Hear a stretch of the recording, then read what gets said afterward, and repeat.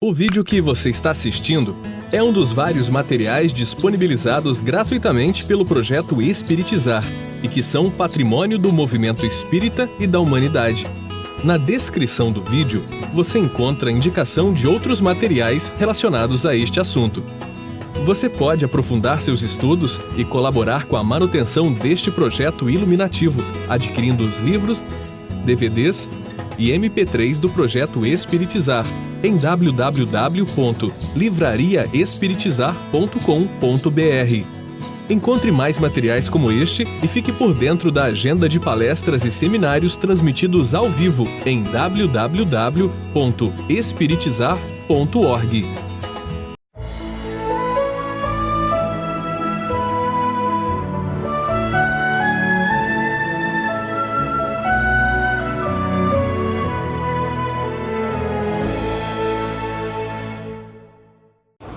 Olá, seja bem-vindo a mais uma videoaula.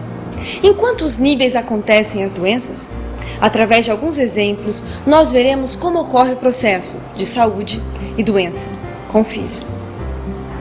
Olá, estamos juntos novamente para mais uma videoaula sobre fluidoterapia espírita. Na videoaula de hoje, nós vamos continuar trabalhando a questão da recepção de passes. Inicialmente vamos refletir sobre o processo de saúde e doença.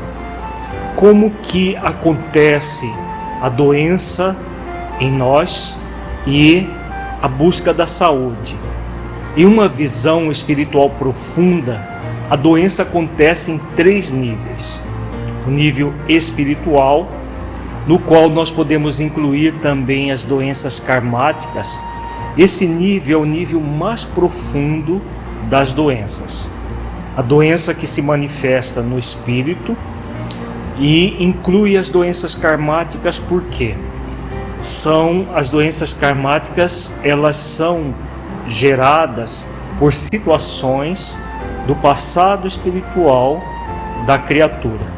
A pessoa que age contrariando o bem, ela acaba produzindo para si mesma um karma negativo. Significa que a pessoa, dentro da lei de causa e efeito, gerou uma ação negativa e a partir dessa ação acontece um efeito negativo. Então, alguém que produziu mal para uma outra pessoa vai ter uma doença gerada por aquele mal. No livro Memórias de um Suicida tem um caso muito interessante de um senhor que havia matado um escravo através de um ferro em brasa que foi colocada na garganta do escravo. Ele adquiriu perante a própria consciência naquele momento um karma, porque ao ferir o escravo daquela maneira, ele produziu, na verdade, com aquela ação, uma lesão no próprio perispírito. E na encarnação seguinte, aquele senhor era para ter um câncer na garganta, para resgatar o débito passado. Uma doença típica do espírito que se manifesta no corpo. E quando ele, ao receber a notícia do câncer na garganta, ele simplesmente se mata para fugir da realidade da vida. Acaba, claro, não fugindo. No nosso seminário sobre o suicídio, que nós trabalhamos esse caso, é muito interessante. Aqueles que desejarem conhecer mais a fundo, ou leiam Memórias de um Suicida, ou assistam o nosso seminário. Existe um outro nível de doença em que a doença se manifesta, que é o fluídico energético. O nível fluídico são as doenças que acontecem no perispírito. Nesse caso que nós acabamos de abordar, o que acontece? A doença no nível mais profundo é do espírito, mas que vai se manifestar no perispírito. Então, nós temos no caso da doença karmática, a doença que o próprio perispírito já traz aquela impressão que vai se manifestar no corpo físico. Às vezes não é uma situação do passado, mas é uma situação do mau uso da energia mental no presente da criatura. Quando ela usa de uma forma equivocada as suas próprias energias, ela vai gerar um desequilíbrio fluídico ou um desequilíbrio energético. E esse desequilíbrio energético, se caso for aprofundado, pode produzir doenças graves no corpo físico. Nós vamos ver alguns exemplos que André Luiz nos relata em suas obras a respeito dessa questão fluídica energética se manifestando no perispírito, produzindo doenças no corpo físico. E o último nível das doenças é o próprio nível físico. Quando uma doença chega no corpo físico, todo um processo de doença já aconteceu, começando no espírito e culminando no corpo físico. O processo de saúde é inverso. O processo de saúde vai acontecer também no espírito, que vai passar esse estado saudável para o perispírito, e o último a se tornar saudável será o corpo físico. O próprio passe é uma doação energética que vai atuar não no corpo físico, mas no corpo fluídico do espírito, alijando determinadas energias que estão deletérias, propiciando a saúde do corpo físico. As doenças que se manifestam no corpo físico podem ser classificadas em energéticas funcionais, lesões leves, lesões moderadas e lesões graves. A questão da doença no corpo físico vai gerar aquilo que nós chamamos de cura. A questão de uma cura parcial ou de uma cura total. Quando um problema está apenas no nível energético funcional, por exemplo, uma pessoa teve uma discussão com alguém e dessa discussão criou uma energia deletéria que se localiza, por exemplo, no fígado dessa pessoa, essa energia deletéria. Essa energia está apenas no nível do perispírito. No passe é possível extrair toda essa energia e a pessoa voltar ao normal.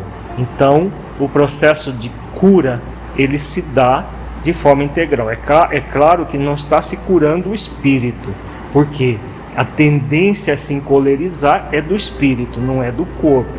Não é nem do corpo fluídico, do perispírito, nem do corpo físico, mas se manifesta no perispírito, que vai gerar um adoecimento do corpo físico. Então, quando está no nível energético, o passe pode liberar completamente a pessoa da doença. Quando a doença já alcançou um nível de produzir lesões no órgão, esse atendimento já será parcial, como nós veremos na nossa videoaula de hoje, através de alguns exemplos que André Luiz nos cita nas suas obras. Nas lesões leves, é possível que haja um restabelecimento mais eficaz da pessoa. Quando as lesões já estão no nível moderado e grave, o que vai acontecer? Nas lesões moderadas e graves, já acontece um processo de apenas um paliativo. O passe magnético não vai conseguir fazer com que a pessoa se recupere, porque os órgãos já estão num processo de lesão, e muitas lesões, dependendo do órgão, são irreversíveis. Elas podem ser controladas, existem medicamentos que controlam determinadas lesões. O passe vai produzir um alívio para a pessoa, mas não vai produzir a cura, porque o corpo físico já houve lesões muito graves e elas são irreversíveis.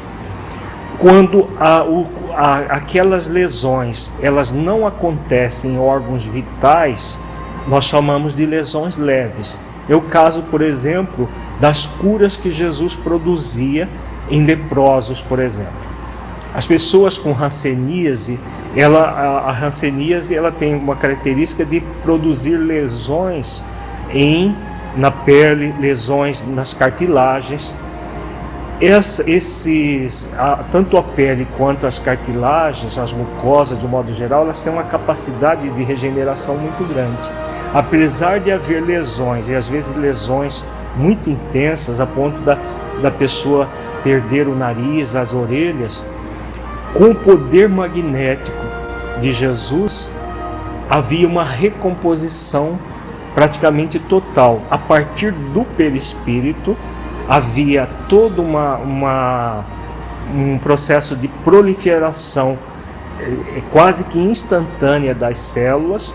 As células remanescentes proliferavam de uma forma tão intensa que era possível reconstituir totalmente um nariz lesado ou as orelhas lesadas das pessoas que estavam passando por uma situação de lesão leve. Não havia nada de milagroso nisso.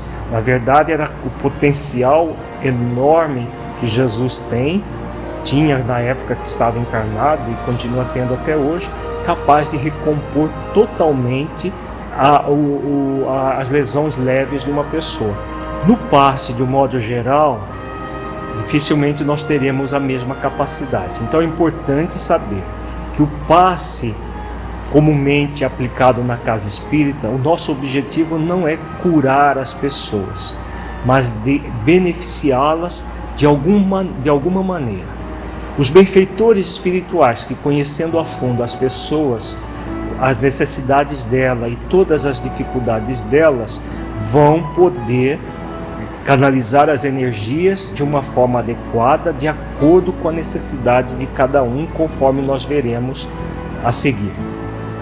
Nós vamos estudar a seguir vários exemplos de como se processa o atendimento por meio do passe no que tange ao nível de doença e as possibilidades de cura.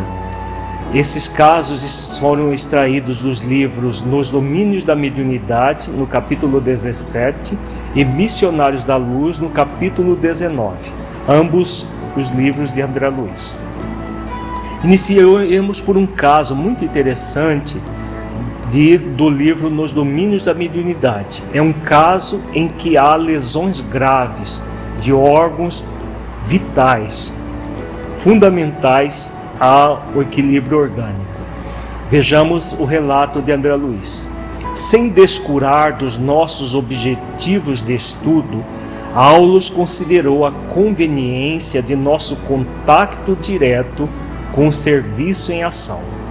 Seria interessante para nós a auscultação de algum dos casos em foco.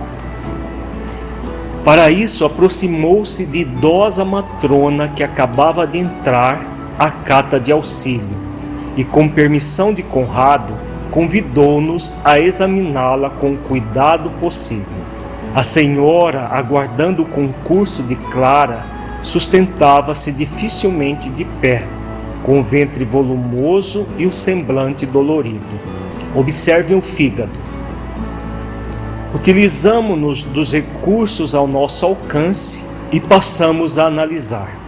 Realmente, o órgão mencionado demonstrava a dilatação característica das pessoas que sofrem de insuficiência cardíaca. As células hepáticas pareceram-me vasta colmeia trabalhando sob enorme perturbação. A vesícula congestionada impeliu-me à imediata inspeção do intestino. A bile comprimida atingira os vasos e assaltava o sangue. O colédoco interdito facilitava o diagnóstico.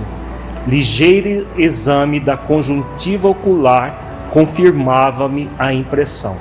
Aqui nós temos vários termos técnicos médicos, vamos explicar rapidamente. Então, o que está acontecendo? Aquela senhora tinha uma insuficiência cardíaca. Na insuficiência cardíaca, o coração se dilata de forma mais ou menos intensa, porque o coração não consegue bombear o sangue de uma forma eficiente. Então os músculos vão se dilatando para dar conta do recado, até que chega um momento que eles ficam insuficientes.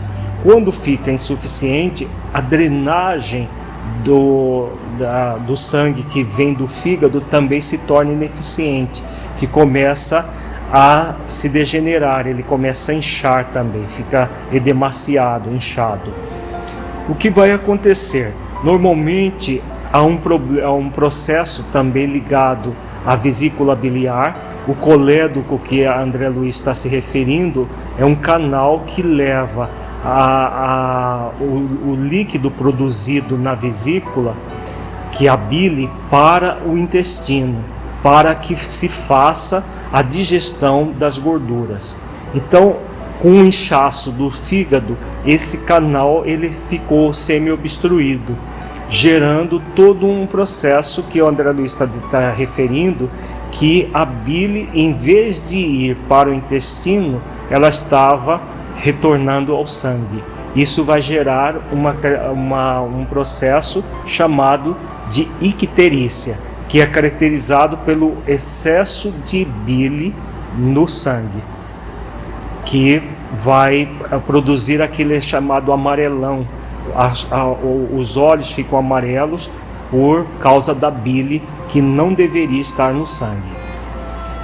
Após ouvir-me, Conrado reafirmou: sim, é uma icterícia complicada. Icterícia é a bile que vai para o sangue e gera a icterícia, popularmente chamado de amarelão. Nasceu de terrível acesso de cólera, em que nossa amiga se envolveu no reduto doméstico.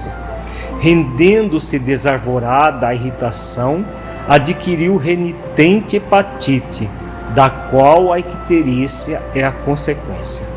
Então vejamos aqui, o benfeitor espiritual, como que os espíritos sabem disso?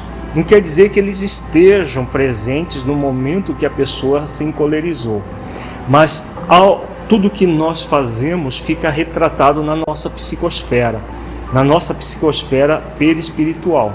E um benfeitor dessa categoria, que é especializado no atendimento das necessidades, basta ele olhar para a pessoa que ele vai ver a fonte, a origem do problema dela. Nós vamos ver isso várias vezes nos relatos de André Luiz.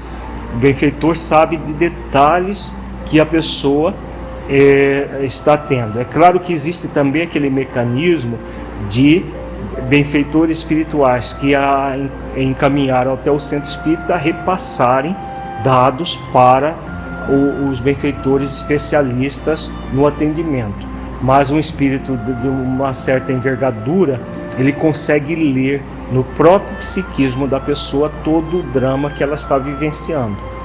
E aí o Conrado, que é o benfeitor especialista na área, diz que todo esse processo surgiu de um terrível acesso de cólera. Então nós estamos vendo que a mente, produzindo uma energia extremamente deletéria a partir da cólera, vai intoxicar o perispírito.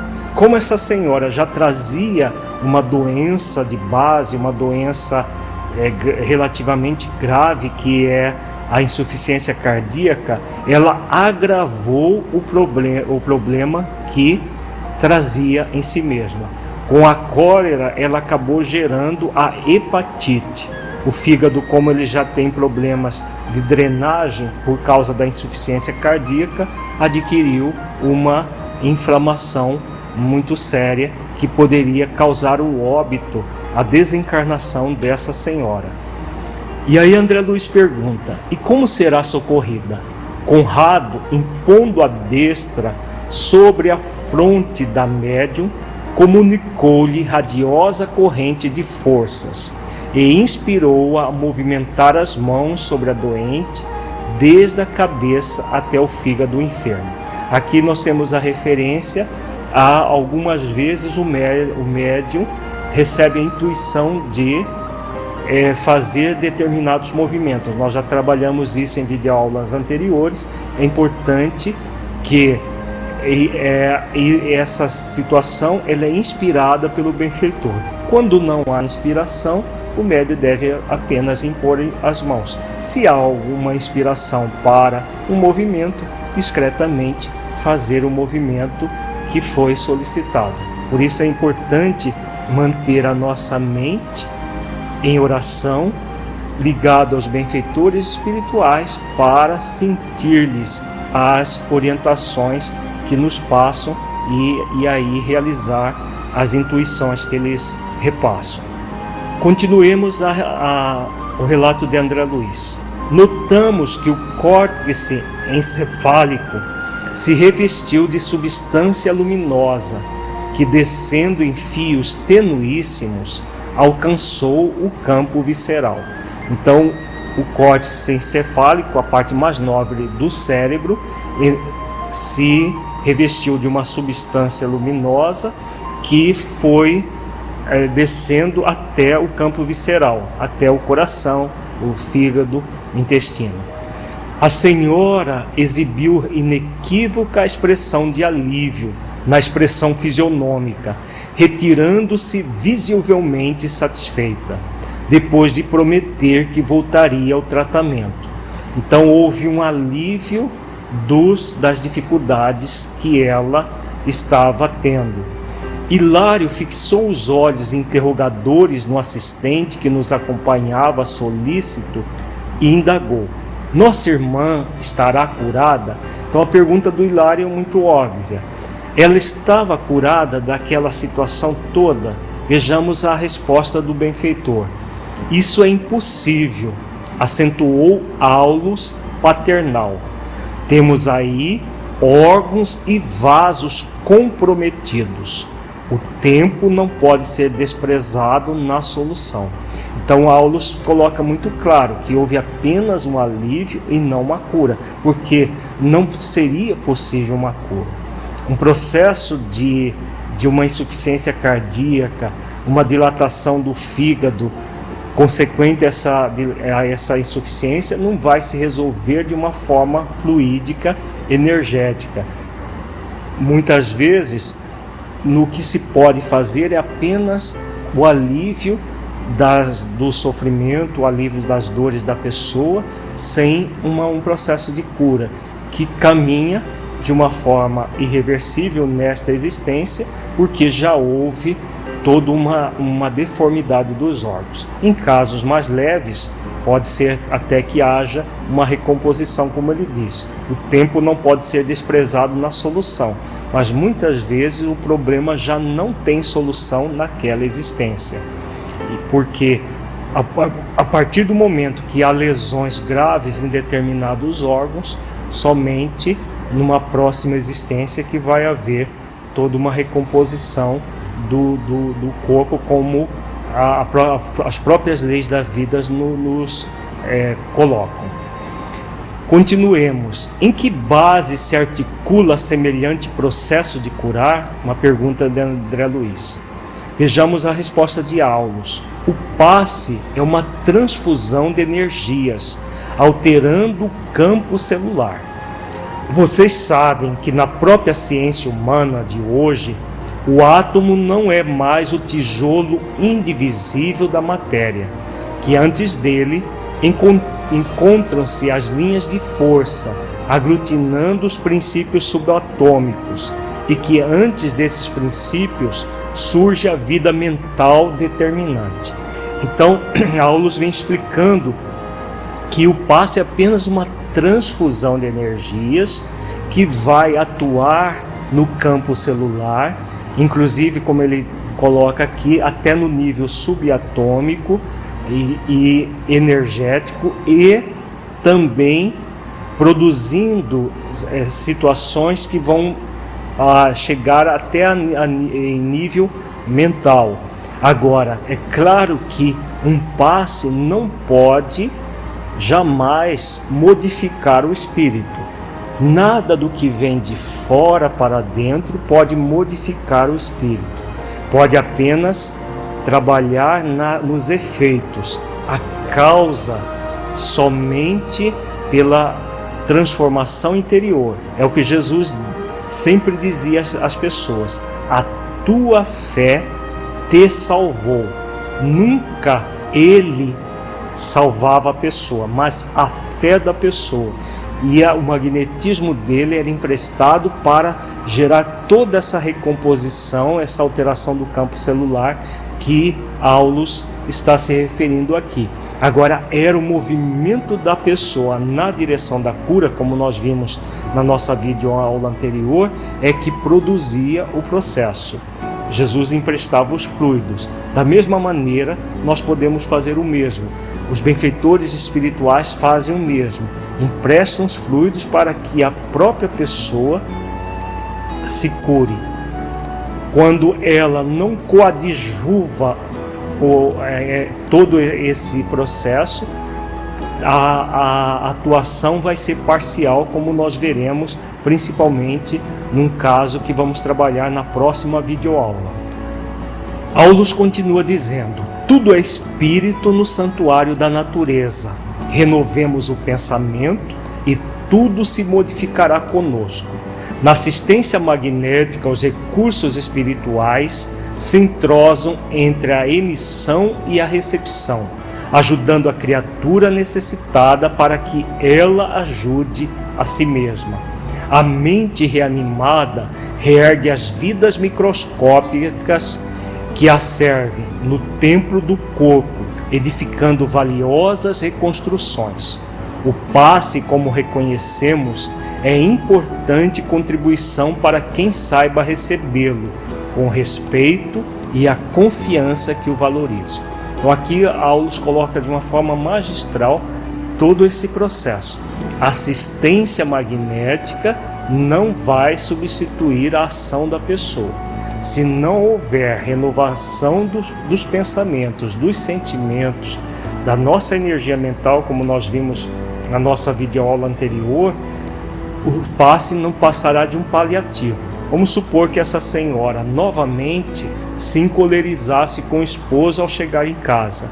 Todo o processo realizado durante o passe seria anulado e ela voltaria a enfermar, voltaria a adoecer com essa carga energética negativa que ela produziu. Então ele coloca que a mente reanimada reergue as vidas microscópicas. Então as células, elas vão receber os impactos positivos ou negativos da nossa mente sempre. E o passe é apenas uma contribuição a mais. Não é um processo de milagres, de gerar toda uma recuperação falsa de fora para dentro para as pessoas. Muitas pessoas buscam isso no passe, buscam isso no centro espírita. É importante nós termos conhecimento de toda essa realidade, até para esclarecer as pessoas, para que nós saibamos como acontece o fenômeno e auxiliar essas pessoas a entenderem que a parte delas ninguém pode fazer por elas. No próximo bloco, nós trabalharemos um outro caso que André Luiz cita no livro Missionários da Luz. Até já!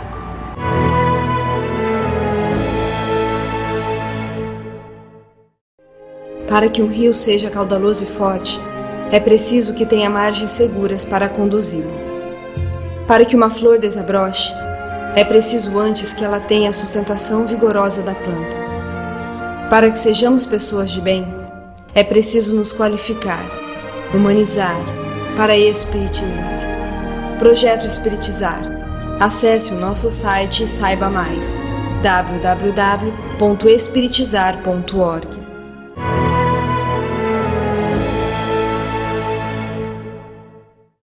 Continuamos com Alírio de Cerqueira Filho, abordando o processo de saúde e doença. Vejamos agora um outro caso extraído do livro Missionários da Luz. Desta vez nós vamos trabalhar um caso energético funcional, diferente do anterior, que era um caso em que havia lesões graves. Neste aqui, apenas uma situação energética no perispírito. Nós vamos ver a diferença do caso anterior. Neste caso aqui, que nós estaremos trabalhando logo a seguir, há todo um processo de cura. Na verdade, uma cura energética, uma cura fluídica no nível do perispírito. Não uma cura espiritual, porque a cura espiritual só pela transformação interior. Estamos fazendo questão de frisar isso para entendermos o que nós estamos falando que é cura. A cura no nível energético funcional do próprio perispírito. Então vejamos o relato de André Luiz. Vejamos esta irmã, exclamou Anacleto, prontificando-se ao auxílio afetuoso. Observe-lhe o coração e principalmente a válvula mitral. Detive-me em acurado exame da região mencionada e efetivamente descobri a existência de tenuíssima nuvem negra que cobria a grande extensão da zona indicada, interessando ainda a válvula aórtica e lançando filamentos quase imperceptíveis sobre o nódulo sino-auricular. Expus ao novo amigo minhas observações, ao que me respondeu: assim como o corpo físico pode ingerir alimentos venenosos que lhe intoxicam os tecidos, também o organismo perispiritual pode absorver elementos de degradação que lhe corroem os centros de força, com reflexos sobre as células materiais. Se a mente da criatura encarnada ainda não atingiu a disciplina das emoções, se alimenta paixões que a desarmonizam com a realidade, pode a qualquer momento intoxicar-se com as emissões mentais daqueles com quem convive e que se encontre no mesmo estado de desequilíbrio. Então vejamos aqui uma fala muito importante do benfeitor. Anacleto é o benfeitor espiritual responsável pelo serviço de passes que André Luiz está avaliando. Vejamos que todo o coração da senhora estava enfermo. André Luiz fala em várias partes do coração que nós não vamos entrar nas questões das minúcias anatômicas, mas o coração todo praticamente estava sofrendo. Por quê? Porque ela havia alimentado uma situação em que criou toda uma energia mental tóxica. Como ele diz, nós podemos criar essas energias tóxicas e degradar os centros de força. Os centros de força são os chakras que nós temos no nosso perispírito. E, claro, todas as vezes que nós geramos desequilíbrios nos chakras, nós vamos produzir reflexos sobre o corpo físico. Então, a indisciplina emocional dessa senhora acabou por intoxicar a mente, gerando toda uma alteração no perispírito. Continuemos a explicação de Anacleto. Às vezes, semelhantes absorções constituem simples fenômenos sem maior importância. Todavia, em muitos casos, são suscetíveis de ocasionar perigosos desastres orgânicos. Isto acontece mormente quando os interessados não têm vida de oração, cuja influência benéfica pode anular inúmeros males. Então aqui o Anacleto fala sobre a importância da oração. Nós vimos que nós podemos intoxicar o nosso perispírito através das nossas emoções desequilibradas, podemos absorver energias de pessoas que convivem conosco, que vivam na mesma faixa, e se nós tivermos vida de oração, nós podemos anular muitos males. Caso nós não tenhamos o hábito da oração, nós podemos sim intoxicar o nosso perispírito e produzir doenças graves para o nosso corpo. Indicou o coração de carne da irmã presente e continuou: esta amiga, na manhã de hoje, teve sérios atritos com o esposo, entrando em grave posição de desarmonia íntima. A pequena nuvem que lhe cerca o órgão vital representa matéria mental fulminatória. A permanência de semelhantes resíduos no coração pode ocasionar-lhe perigosa enfermidade. Atendamos ao caso. Então vejamos aqui. Parece até a mesma senhora do exemplo anterior, mas é uma pessoa completamente diferente. Também teve atritos com o esposo. E nesse atrito gerou uma desarmonia íntima, produzindo uma pequena nuvem.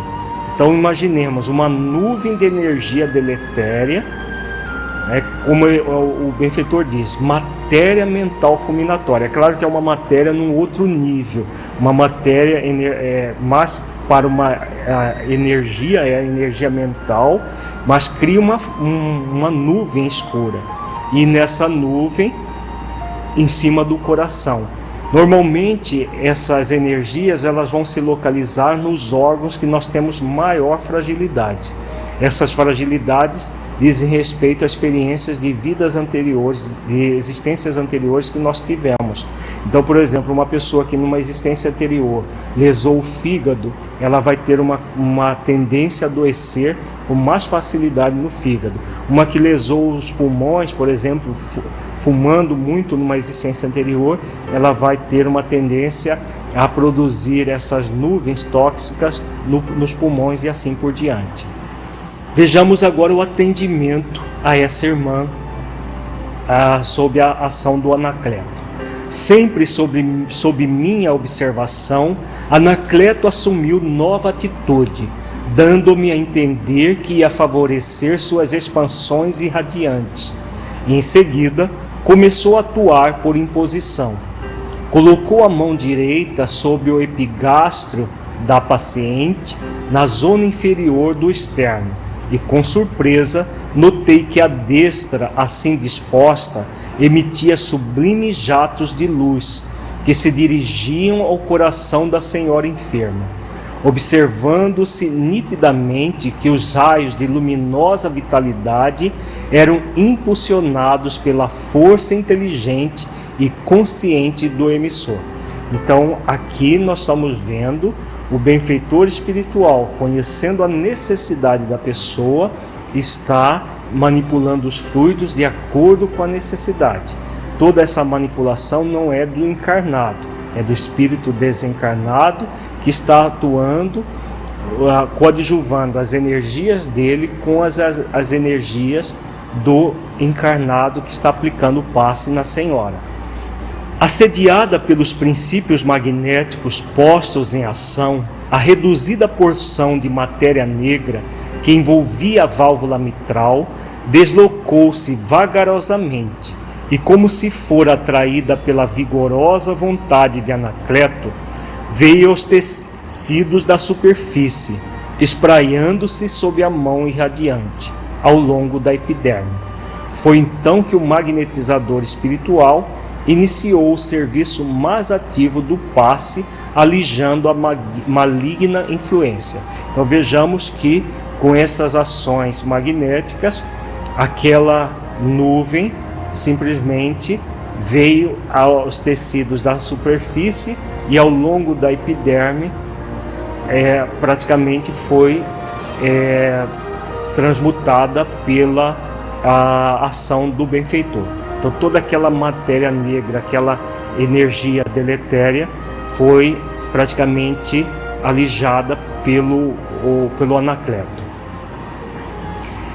Fez o contato duplo sobre o epigastro, erguendo ambas as mãos e descendo-as logo após morosamente através dos quadris até os joelhos, repetindo o contato na região mencionada e prosseguindo nas mesmas operações por diversas vezes. Em poucos instantes, o organismo da enferma voltou à normalidade. Então vejamos a diferença desse caso com o anterior. Como não havia lesões no órgão, o coração ainda está íntegro, apesar do mesmo processo gerador que foi o processo de cólera com o esposo nas duas senhoras, nessa daqui, como apenas há um processo energético funcional no perispírito, todo o organismo voltou à normalidade, enquanto que a outra apenas recebeu alívio. Então a gente vê a diferença dos dois casos, um com lesões graves e outro apenas no nível energético funcional. Continuemos as reflexões que André Luiz faz acerca desse caso, que é muito interessante, as reflexões que ele faz a seguir. Eu estava admirado, e como o assunto envolvia problemas espirituais de elevada significação, assim que o instrutor terminou o trabalho, indaguei. Perdoe-me a pergunta, mas na hipótese de não se socorrer esta irmã da colaboração de uma casa espírita, como se haveria com a doença oculta? Estaria ao abandono? Então a pergunta do André Luiz muito interessante.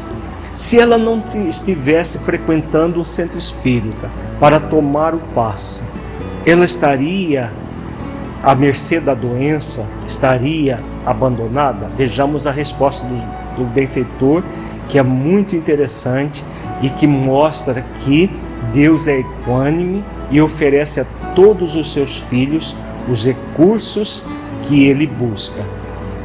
Todos nós, filhos de Deus, quando buscarmos, é aquilo que Jesus disse: buscai e acharei, batei e abrir-se-vos-á.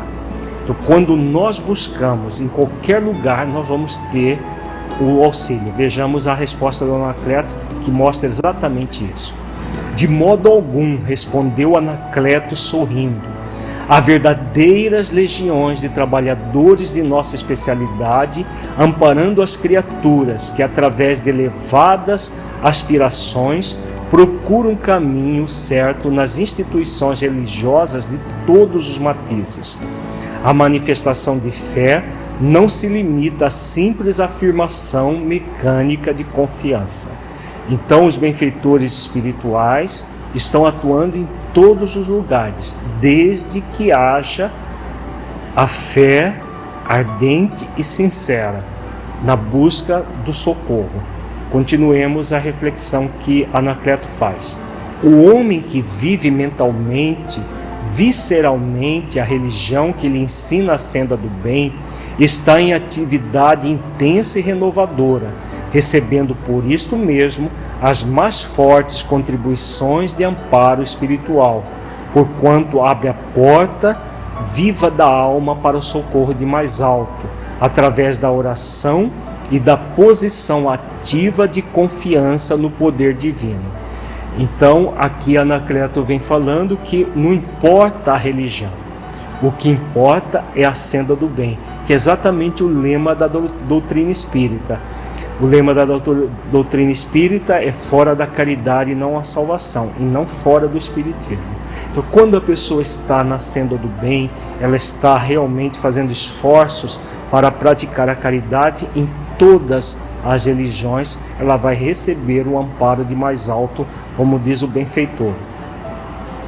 O novo companheiro indicou à irmã que se libertara da desastrosa influenciação e esclareceu, depois de uma pausa: nossa amiga está procurando a verdade, cheia de sincera confiança em Jesus. Ovelha fustigada pela tempestade do mundo e inexperiente na esfera do conhecimento, volta-se para o divino pastor como a criança frágil, sequiosa do carinho materno. Então essa busca da irmã pode acontecer no centro espírita, pode acontecer numa igreja católica, numa igreja evangélica, em qualquer lugar, desde que ela esteja, como ele diz aqui, cheia de sincera confiança em Jesus. Ela sempre vai ter os benefícios a partir dessa confiança. Continua o benfeitor esclarecendo: estivesse orando numa igreja católica romana ou num templo budista, receberia o socorro de nossa esfera por intermédio desse ou daquele grupo de trabalhadores do Cristo. Naturalmente, aqui no seio de uma organização indene das sombras do preconceito e do dogmatismo, nosso concurso fraternal pode ser mais eficiente, mais puro, e as suas possibilidades de aproveitamento são muito mais vastas. Então a diferença é essa, não é da própria pessoa, mas é claro que num ambiente onde não há mais preconceitos, onde o passe é transmitido a partir dos encarnados e dos desencarnados, o socorro vai ser mais eficiente, mas não quer dizer que ele não age em outros lugares. Só que o que vai acontecer nos outros lugares é apenas o magnetismo espiritual, como nós vimos em videoaulas anteriores, sem o concurso dos encarnados, porque essa prática é mais corrente dentro dos centros espíritas. Continua o benfeitor. É preciso assinalar, porém, que os auxiliadores magnéticos transitam em toda parte, onde existam solicitações da fé sincera, distribuindo o socorro do Divino Mestre dentro da melhor divisão de serviço.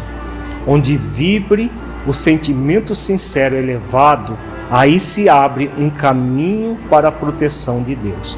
Então, a característica para receber auxílio não é o lugar onde a pessoa frequenta, é a forma como ela está naquele lugar. Fé sincera,